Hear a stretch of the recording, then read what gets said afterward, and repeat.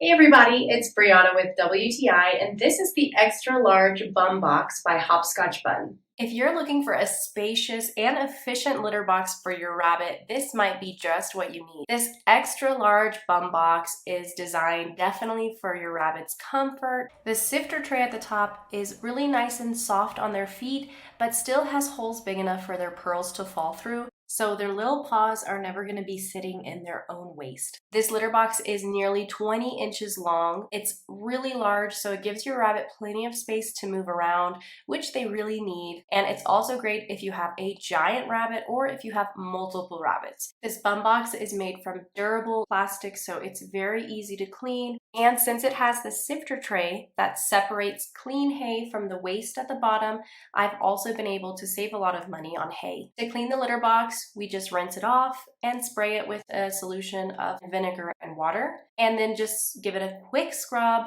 And even though we've been using this litter box for quite a while, there is no discoloration and the plastic still looks brand new. So this is definitely a high quality litter box.